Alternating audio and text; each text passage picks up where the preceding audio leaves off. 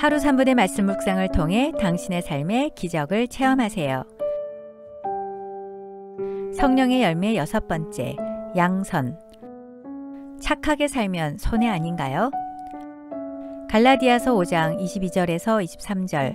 오직 성령의 열매는 사랑과 희락과 화평과 오래 참음과 자비와 양선과 충성과 온유와 절제니 이 같은 것을 금지할 법이 없느니라.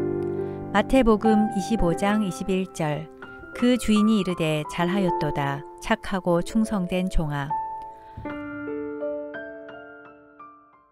어느 목사님에게 이웃마을에 사는 성도가 찾아와 상담을 했습니다. 자기가 키우던 돼지 5마리가 이웃집 밭에 들어가 밭을 망쳐 놓았는데 자신은 양심적으로 보상을 해주려 하고 있는데 그 밭의 주인은 돼지들이 한 짓이니 돼지로 보상을 하라고 억지를 부린다는 것입니다. 조금 있으면 새끼를 낳을 돼지들을 달라고 하니 어떻게 하면 좋겠냐고 고민을 털어놓았습니다. 이야기를 가만히 듣고 있던 목사님이 입을 열었습니다. 성도님, 그냥 그 이웃이 해달라는 대로 해주세요. 아무리 그래도 이건 좀 너무하지 않습니까? 하나님은 자기 백성을 절대로 손해보게 하시는 분이 아닙니다. 이웃과 싸우지 말고 그냥 돼지를 주세요. 성도는 눈물을 머금고 새끼를 벤 어미돼지 5마리를 이웃에게 주었습니다. 얼마 후 그 어미돼지가 새끼를 낳았는데 한 배에 18마리가 넘게 태어나 거의 100마리가 되었습니다. 그 성도는 이웃집 앞을 지나갈 때마다 속이 상했습니다. 그러던 어느 날 그 성도가 기쁨에 넘쳐 목사님께 달려왔습니다. 이웃집 황소 3마리가 자신의 밭에 들어와 밭을 다 망쳐 놓았다는 것입니다. 목사님, 역시 하나님은 자기 백성이 손해보게 하지 않으시네요. 이제 황소는 제 것입니다. 잠시만요, 성도님. 하나님을 믿는 사람이라면 좀 달라야 하지 않을까요? 황소를 차지하려 하지 말고 그냥 돌려주세요. 그냥 돌려주라고요? 그 사람이 저한테 한 대로 그대로 갚아야죠. 안 그러면 저만 너무 손해보는 거잖아요. 예수 믿는 사람은 손해를 보며 사는 사람입니다. 다른 사람에게 손해를 끼쳐서는 안 되죠. 할 수 없이 성도는 이웃집에 황소를 돌려주었습니다. 그러자 이웃집 사람이 깜짝 놀라는 눈치를 보였습니다. 인간적인 도리를 봤을 때 이건 아니라는 생각을 하게 된 것입니다. 결국 이웃밭의 주인은 자신의 잘못을 뉘우치고 그 성도의 어미 돼지들과 새끼 돼지들을 모두 돌려주었습니다. 그 성도는 6개월 동안 잘 보살핌을 받은 돼지들을 되찾은 것입니다. 갈라디아서 6장 9절에서 10절. 우리가 선을 행하되 낙심하지 말지니 포기하지 아니하면 때가 이름에 거두리라. 그러므로 우리는 기회 있는 대로 모든 이에게 착한 일을 하되 더욱 믿음의 가정들에게 할지니라. 여러분이 이와 같은 상황이라면 어떤 결정을 내렸을까요? 아마 매우 억울해하며 당장 이웃에게 복수하고 싶었을 것입니다. 황소가 자신의 밭을 망쳐 놓았을 때 얼씨구나 하고 무릎을 치며 눈에는 눈, 이에는 이라고 처신했을 것입니다. 그러나 하나님을 믿는 그리스도인이라면 다르게 행동해야 합니다. 성령님의 인도하심을 따라 착한 일을 행해야 하는 것입니다. 마태복음 5장 16절. 이같이 너희 빛이 사람 앞에 비치게 하여 그들로 너희 착한 행실을 보고 하늘에 계신 너희 아버지께 영광을 돌리게 하라. 히브리서 13장 16절. 오직 선을 행함과 서로 나누어 주기를 잊지 말라. 하나님은 이 같은 제사를 기뻐하시느니라. 성령의 열매 6번째는 양선입니다. 양선은 어질고 착하다는 뜻으로 착한 혹은 좋은을 뜻하는 헬라어 아가도스에서 유래한 말입니다. 선하다, 착하다, 거룩하다는 하나님의 성품입니다. 주님의 선하심을 체험하고 선을 나누고 베풀면서 하나님 앞에 드리는 삶의 열매입니다. 성령이 충만하면 선해지고 착한 삶을 살게 됩니다. 사람들은 요즘같이 치열한 세상에 착하게 살면 무시당하고 손해를 본다고 말합니다. 과연 그럴까요?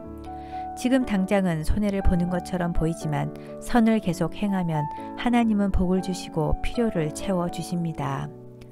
예수님을 믿지 않는 사람 가운데서도 착한 사람이 있지만 성경에서 언급하는 양선이란 착함과는 본질적으로 다릅니다. 양선이란 예수님을 믿고 회개한 사람, 말씀과 성령으로 거듭난 그리스도인에게 나타나는 성령의 열매로 세상 사람들과 구별된 거룩함이 있고 이기적으로 살지 않고 성령 충만함으로 배려하며 사는 것을 말합니다. 서양 속담에 선을 악으로 갚는 것은 악마의 일이요 악을 악으로 갚는 것은 사람의 일이요 악을 선으로 갚는 것은 하나님과 같은 행동이다 라고 했습니다. 성경에서 두드러지게 착한 사람이라고 평가받은 인물은 누구일까요? 사도행전 11장 24절 바나바는 착한 사람이요 성령과 믿음이 충만한 사람이라 이에 큰 무리가 죽게 더하여지더라. 바나바는 레위 족속으로 원래 레위 지파는 제사장들을 돕는 일들, 성전 문지기이거나 음악을 연주하거나 기타 여러 가지 일을 해야 하지만 이방 땅에서 태어났다는 이유로 주변인이 되어야 했습니다.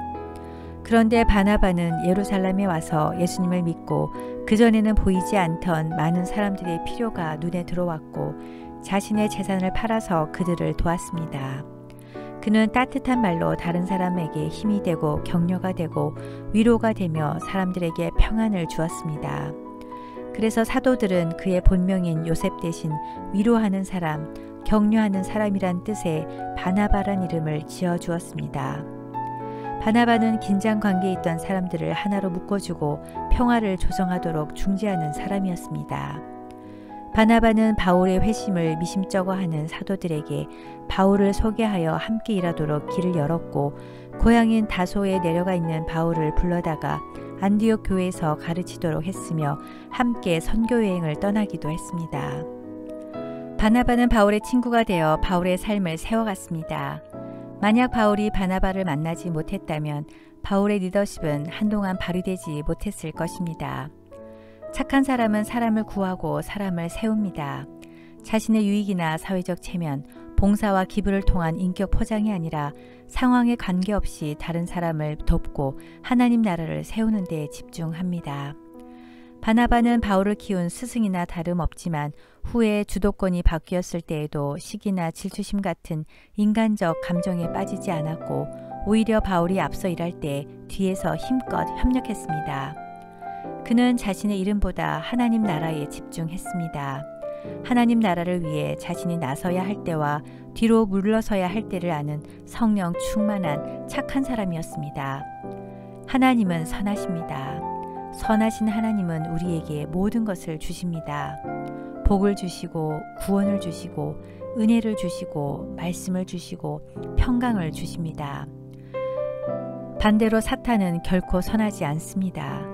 욕심을 부리고 남에게 해를 끼치고 자기 유익을 위해 거짓말을 하고 다른 사람을 이용하라고 속삭입니다.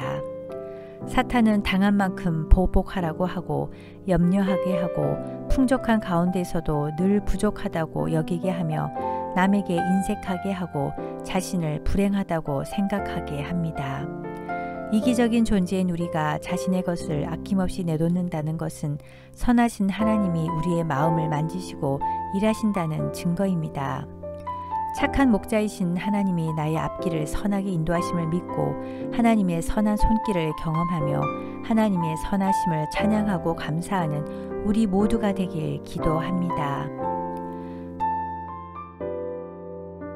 선한 목자 되시는 하나님 아버지, 성령의 인도함으로 예수님의 온전한 제자가 되어 하나님의 사랑을 실천하는 착한 목자, 착한 양의 삶을 살게 하소서. 하나님의 선하심을 체험하고 성령 충만함으로 착한 일을 행하고 선을 베풀면서 세상의 빛과 소금이 되게 하소서. 세상의 유혹과 죄악을 이기고 살아갈 수 있도록 늘 선한 길로 인도해 주시고 올바른 행동으로 선한 영향력을 끼치고 그리스도의 향기를 내뿜는 삶을 살게 하소서. 오늘 하루도 누군가에게 칭찬과 격려로 감동과 기쁨을 주는 축복의 통로가 되게 하소서. 예수님 이름으로 기도드립니다. 아멘.